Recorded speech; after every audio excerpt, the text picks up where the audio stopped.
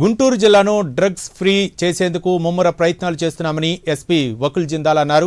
గుంటూరులో గంజాయి విక్రయిస్తున్న నలుగురు, గంజాయి సేవించిన 10 మందిని అరెస్ట్ చేశామన్నారు. నిందితుల వద్ద నుంచి 4 కిలోలకు పైగా గంజాయిని స్వాధీనం చేసుకున్నామన్నారు. 3 నెలల్లో 200 మందిని అరెస్ట్ చేశామన్నారు.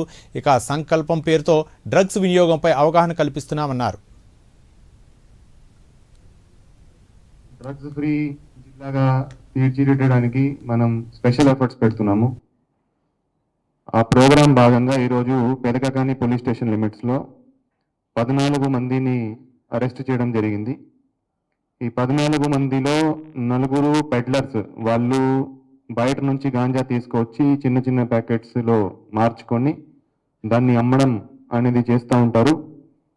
అదేవిధంగా 10 మంది వాళ్ళ ద్వారా మాకు ఏదైతే ఇన్ఫర్మేషన్ వచ్చిందో 10 మంది తాగే వాళ్ళని, కన్జ్యూమర్స్ని కూడా అరెస్ట్ చేయడం జరిగింది. మొత్తం 14 మందిని 4.8 kgs గాంజాతో ఈరోజు అరెస్ట్ చేయడం జరిగింది.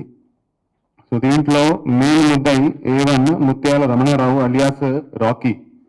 ఇతను మంగళగిరి మండలం సంబంధించి అతను, కానీ ఇప్పుడు యాజ్ ఆఫ్ నో ఇతను ఏలూరులో ఉంటున్నాడు. ఇక్కడ వస్తా పోతా ఉంటాడు. ఇక్కడ గాంజా తీసుకువచ్చి అమ్మడము, సప్లై చేయడం అనేది చేస్తూ ఉంటాడు. ఇతను అరకు సైడ్ నుంచి గాంజా తీసుకువచ్చి మన జిల్లాలో